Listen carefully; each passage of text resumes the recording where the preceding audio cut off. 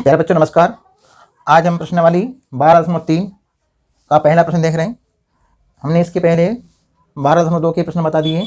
अब 12.3 में जो पहला प्रश्न है वो क्या दिया है, देखिए ये इंपॉर्टेंट प्रश्न है। 12.3 का पहला, दूसरा, तीसरा, ये तीनों प्रश्न इंपॉर्टेंट हैं। इन तीनों में से कोई एक आ सकता है।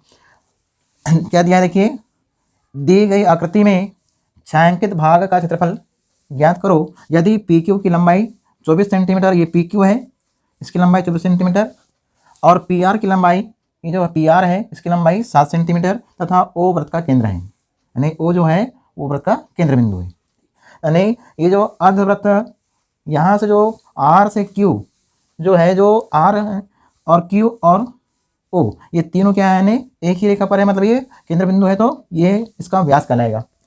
और व्यास कहलाएगा तो ये इसका वृत्त का आधा हिस्सा है, ये आधा हिस्सा है। तो वृत्त का आधा हिस्सा जो दिया हुआ है ये कहलाएगा आपका अर्धवृत्त। अब छायांकित भाग ने इस अर्धवृत्त में, छायांकित भाग यानी इतना हिस्सा है पी क्यू, और यहाँ पर इन बिंदु दे दिए अपन ने, यानी सी दे दिए, तो ये यानी पी सी क्यू, ये यानी अर्धवृत्त का ही खंड आता है, वृत्त खंड। इस वृत्त खंड का निकालना है आपको क्षेत्रफल। इस वृत्त खंड का क्षेत्रफल आपको निकालने के लिए क्या करना पड़ेगा, अर्धवृत्त के क्षेत्रफल से त्रिभुज जो है ये वाला क्या बना हुआ है, त्रिभुज R P Q. R P Q जो त्रिभुज बना हुआ है, यहाँ आर पी क्यू त्रिभुज समकोण त्रिभुज है। देखिए समकोण त्रिभुज कैसा है, पी पे बना है 90 अंश का कोण, जो वृत्त की परिधि पे है, पी बिंदु, तो पी पे बना है 90 अंश कोण। तो आप पहले आर से क्यू की लंबाई निकालेंगे। आर से क्यू कहने क्या कहलाएगा इस त्रिभुज के लिए, कर्ण। तो इस कर्ण की लंबाई आपको निकालना है, आर से क्यू की लंबाई। तो जब आर से क्यू की लंबाई आ जाएगी, ये यानी कहलाएगा वृत्त का व्यास। ठीक, और वृत्त का जब व्यास हो जाएगा तो अपन निकालेंगे वृत्त की त्रिज्या, है ना, ओ से आर की दूरी। तो ओ से आर की दूरी निकालेंगे त्रिज्या, तो त्रिज्या का मान जो आएगा, फिर अपन अर्धवृत्त का क्षेत्रफल निकालेंगे। अर्धवृत्त के क्षेत्रफल से त्रिभुज के क्षेत्रफल को घटा देंगे, वो कहलाएगा छायांकित भाग का क्षेत्रफल। तो चलिए अपन हल करते हैं। दिया है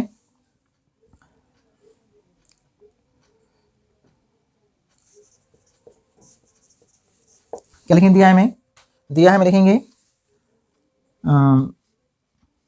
एक अर्धवृत्त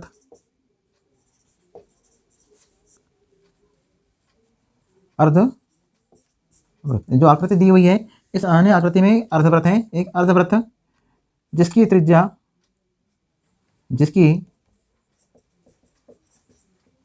त्रिज्या ओ आर बराबर अज्ञात है, तथा जीवा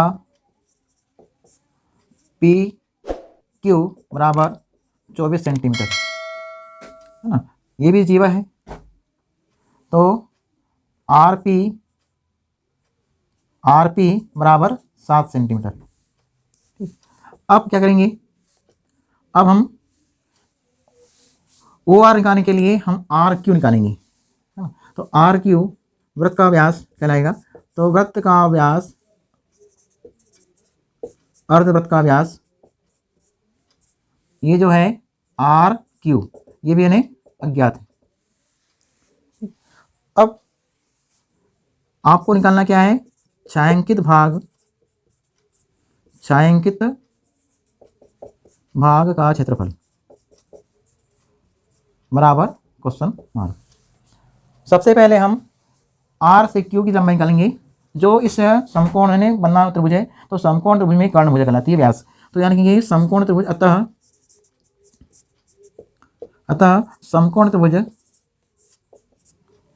आर पी क्यू में पाइथागोरस प्रमेय लगाएंगे, पाइथागोरस प्रमेय। और इस प्रमेय से हम क्या करेंगे, आर क्यू यानी कर्ण है, तो आर क्यू का वर्ग बराबर आर पी का वर्ग धन आर पी या पी क्यू, इन दोनों में से किसी को भी अपन लंब मान सकते हैं, और आधार पी क्यू का वर्ग। यहाँ पे 7 का वर्ग मान दिया हुआ है प्रश्न में, 7 का वर्ग, और पी क्यू का मान दिया है 24 का वर्ग। 7 का वर्ग होता है 49, और 24 का होता है 576। अब यानी ये आर क्यू का होल स्क्वायर, आर क्यू का होल स्क्वायर बराबर, हम जोड़ दिए इसको 49 और 576 तो आएगा 625।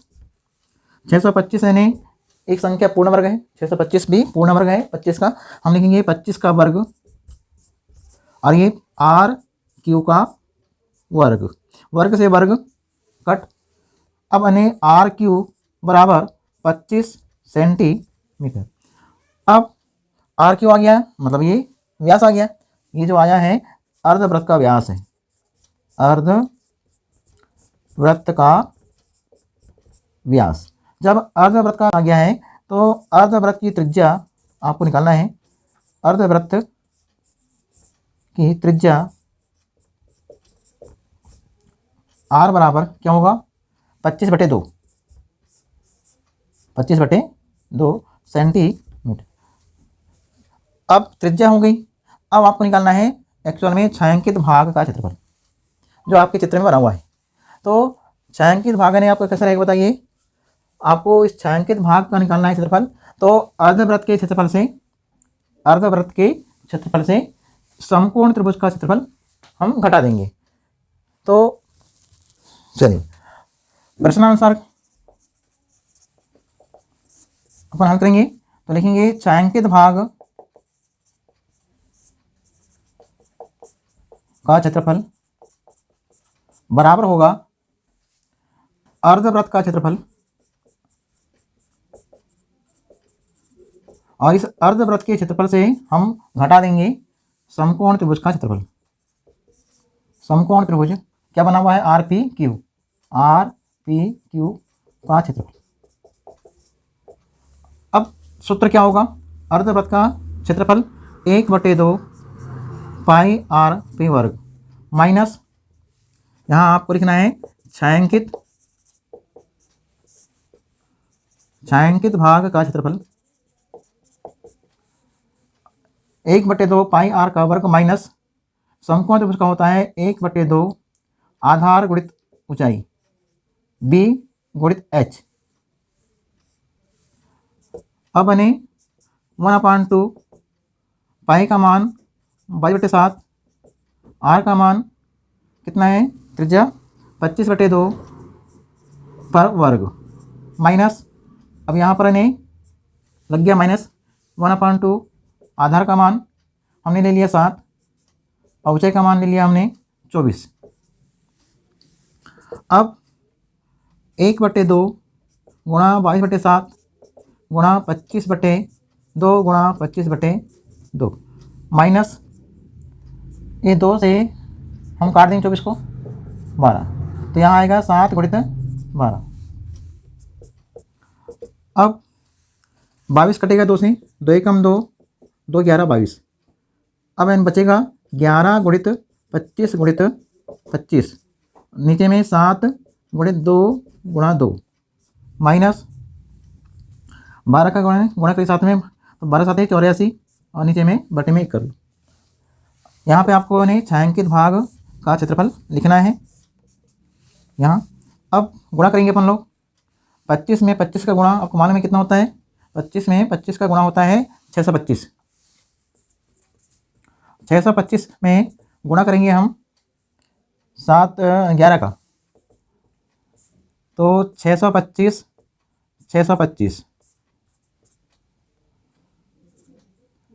यहाँ पे उत्तर आ गया 6875, 6875 और नीचे में 7 दूनी 14 दूनी 28 माइनस 84/1। अब इन्हें लघुत्तम लेंगे, लघुत्तम आएगा 28 लघुत्तम आ गया, यहाँ लिखेंगे 6875 में घटाएंगे क्या करेंगे 28 का गुणा हो जाएगा 84 में, है ना, गुणा हो जाता है यानी 28 का गुणा यहाँ और 1 का गुणा यहाँ, गुणा करो 84 गुणित 28, 84 और 28 का गुणा 832 की 2 का है 3, 8 8 64, 64 और 3 65 66 और 67, 2 का 2 4 8 और 2 8 16। यहाँ पे जोड़ेंगे 2 8 7 15 की 5 का 1 7 12 13 और 2 यानी 2352। 2352 को अपन किससे घटाएंगे 6875 से, तो 6,875 से हम घटा देंगे। तो 5 में से 2 गया 3, 7 में से 5 गया 2, 8 में से 3 गया 5, और यहाँ पे नहीं 6 है, 6 में से 2 घटाएं 4, 4,523/28 वर्ग सेंटीमीटर। तो छायांकित जो भाग है उस छायांकित भाग का क्षेत्रफल आंसर में आपने है, आंसर आ गया छायांकित भाग का क्षेत्रफल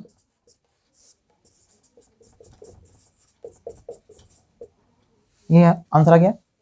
अब इसके बाद में अगला प्रश्न देखते हैं। चलिए हम यानी देख रहे हैं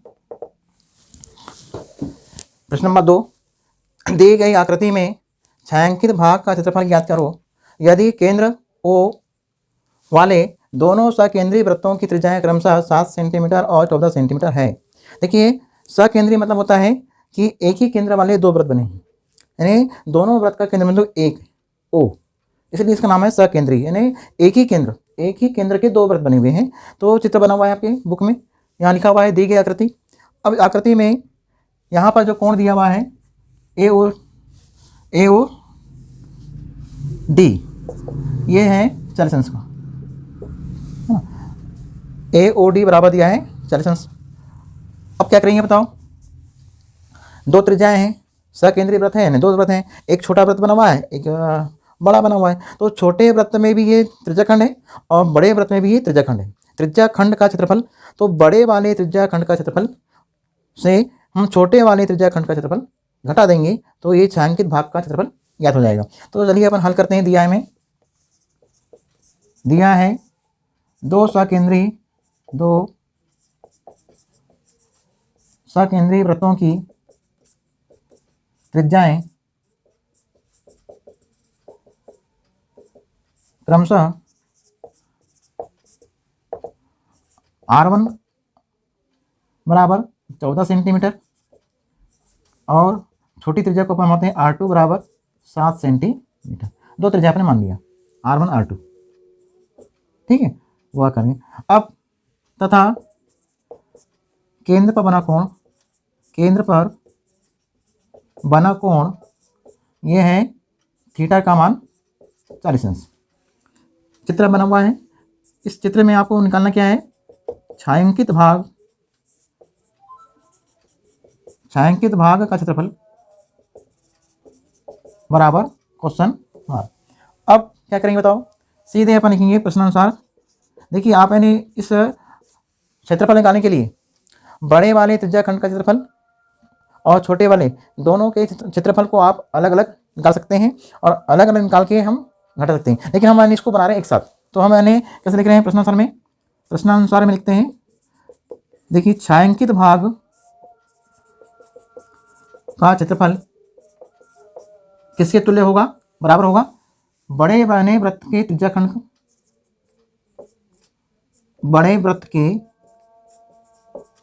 त्रिज्याखंड का क्षेत्रफल में से हम घटाएंगे छोटे वृत्त का त्रिज्याखंड का क्षेत्रफल। बड़े वाले वृत्त के त्रिज्याखंड का क्षेत्रफल माइनस छोटे वाले वृत्त के त्रिज्याखंड का क्षेत्रफल। अब मैंने सूत्र क्या रहेगा, थीटा अपान 360 गुणा पाई R1 पे वर्ग, क्योंकि अपन ने बड़े वृत्त की त्रिज्या को माने R1 को 14 माइनस थीटा अपान 360 छोटे वृत्त के लिए गुणा पाई R2 पे वर्ग।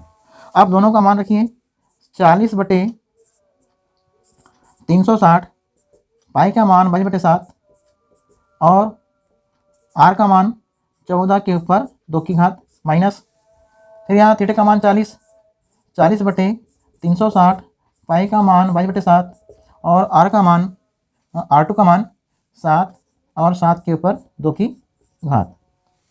ऐसा आपको मान रखना है। यहाँ लिखना है आपको छायांकित भाग का क्षेत्र, यानी हम एक साथ बना रहे हैं, पूरा हम एक साथ बना रहे हैं। तो यहाँ 40/360 गुणित 22/7 और 14 को लिखेंगे 2 बार, 14 गुणा 14 माइनस 40/360 और यहाँ 22/7, 7 गुणित 7। अब आपको जितने पहले संख्याएं कटती हैं उन संख्याओं को आपको काटना है। तो शून्य से शून्य कटिए, 4 एकम 4, 4 9 36, 7 एकम 7, 7 दूनी 14। अब यानी 3 के पार से नहीं कटना है। अब यहाँ देखिए 4 शून्य से शून्य कट गया, 4 एकम 4, 4 9 36, फिर 7 एकम 7, 7 एकम 7 कट गया। अब बचा है आपके पास में 22 और 2 और 14, 22 गुणा 2 गुणा 14। अंश नीचे क्या बचा, नीचे बचा है 3, 3 9, फिर माइनस यहाँ पर भी 22 बचा है और 7, 22 गुणित 7 और नीचे में 9। अब इनका सबका गुणा करो और गुणा करने के बाद घटा दो। दोनों के हर में 9 लिखा है, लघुत्तम 9 जाएगा। 22 में 2 का गुणा 44, 44 में हम गुणा करेंगे 14 का रफ पन्ने में, तो 14 4 चौ 16 की 6, 4 चौ 16 और 17, 1 4 4, 1 4 4, 6 11 और 6, यानी यहाँ पर आया 616/9 माइनस यहाँ पे 7 दूनी 14 और 14 एक 15 और नीचे में 9। अब इन दोनों को घटा दो, इन दोनों को आप घटाएंगे 22 44। अब यानी 616 में 154 घटाएंगे 2, यहाँ सुधार लिए 11, 11 में से 5 गया 6, यहाँ बचा 5 और 5 में से 1 गया 4, 462, 462/9 वर्ग सेंटीमीटर। ये ने छायांकित भाग का क्षेत्रफल आ गया। आंसर में लिखोगे छायांकित भाग का क्षेत्रफल बराबर उत्तर आ रहा है 462/9 वर्ग सेंटीमीटर। ठीक, ये यानी आपकी लाइन है। इस लाइन को यानी इस स्टेप को मैंने यहाँ नहीं लिखा, यहाँ लिख दिया हूँ, तो इसको आप नीचे भी लिख सकते हैं। ठीक है, ये आपका यानी प्रश्न नंबर कौन सा है, दूसरा।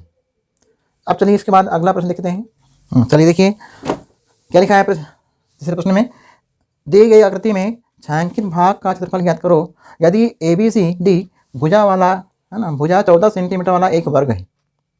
क्या है ये, 14 सेंटीमीटर भुजा वाला एक वर्ग है ना, वर्ग बना हुआ है। और इसमें इस वर्ग में APD और BPC ये यानी 2 अर्धवृत्त हैं। यदि इन दोनों अर्धवृत्त को जोड़ दिया जाए तो एक पूर्ण वर्ग यानी पूर्ण वृत्त बन जाएगा। इन दोनों अर्धवृत्तों को जोड़ देते हैं तो जो दोनों अर्धवृत्तों को जोड़ने पर एक पूरा का पूरा गोल वृत्त बनता है पूर्ण रूप से। तो अपन वर्ग यानी जो है इस वर्ग के क्षेत्रफल में ये दोनों भाग शामिल हैं, दिख रहा है। तो यहाँ हल कर रहे हैं, देखिए दिया है एक वर्ग की भुजा A बराबर 14 सेंटीमीटर तथा बने 2 अर्धवृत्त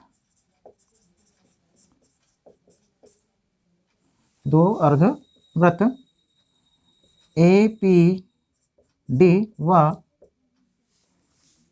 BPC में अर्धवृत्त का व्यास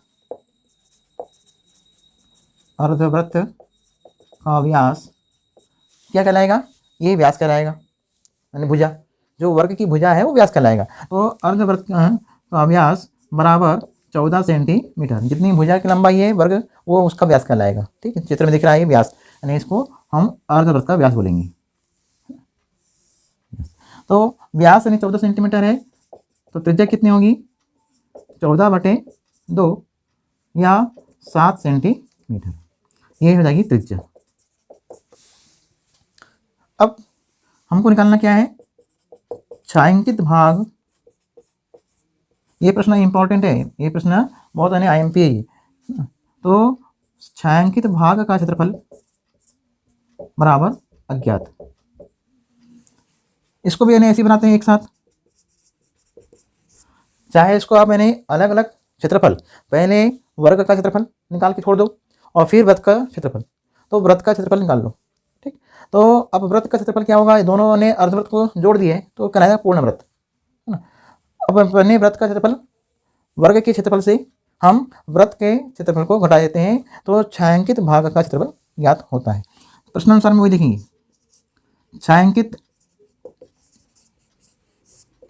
छायांकित भाग का क्षेत्रफल बराबर क्या होगा, वर्ग का क्षेत्रफल में से हम घटाएंगे वृत्त का क्षेत्रफल। अभी पूर्ण वृत्त क्यों बना, क्योंकि ये दोनों अर्धवृत्त मिला के पूर्ण बन गया। अब सूत्र है भुजा गुणित भुजा, ये सूत्र है वर्ग। अब इसका सूत्र क्या है, पाई आर पे भुजा का मान कितना है, 14 गुणा 14, यानी किसकी भुजा है, वर्ग। तो वर्ग की भुजा की लंबाई 14 है, इसलिए हमने 14 गुणा 14 लिखा। पाई का मान 7 है और आर का मान कितना है, 7 पे 2 की घात। छायांकित भाग का क्षेत्रफल आपको लिखना है, 14 में 14 का गुणा करते हैं, कितना आता है 196, माइनस यहाँ पे आएगा 22/7 और यहाँ 7 पे वर्ग है तो 7 गुणा 7, ये 7 से 7 कट गया, क्या बचा 9 यानी 196 माइनस 22 में 7 का गुणा करो, 7 दूनी 14 और 1 15 यानी 154 यानी 196 से 154 घटा देंगे तो उत्तर यानी बचेगा मात्र 42। तो 42 वर्ग सेंटीमीटर, ये यानी इसका कहलाएगा छायांकित भाग का क्षेत्रफल, छायांकित भाग का क्षेत्रफल आंसर, है ना। तो ये प्रश्न नंबर तीसरा था। ये तीनों प्रश्न बहुत इंपॉर्टेंट हैं और ज़्यादा इंपॉर्टेंट ये प्रश्न है जो आपको यानी उत्तर में लिखा है, मात्र कितना उत्तर आ रहा है 42 वर्ग सेंटीमीटर। कैसा कि हमने पहले वर्ग के क्षेत्रफल में से वृत्त के क्षेत्रफल को घटा दिए तो आंसर आ जाता है छायांकित भाग का क्षेत्रफल। ठीक, अब यानी इसके बाद जो प्रश्न दिए हैं सभी चित्र वाले हैं, सभी चित्रों को आपको करना है अच्छे से अवलोकन और चित्रों को अच्छे से देखकर ये समझना है कि आप यानी कैसा बनाएंगे और छायांकित भाग का क्षेत्रफल कैसे निकालते हैं। ठीक, तो थैंक यू।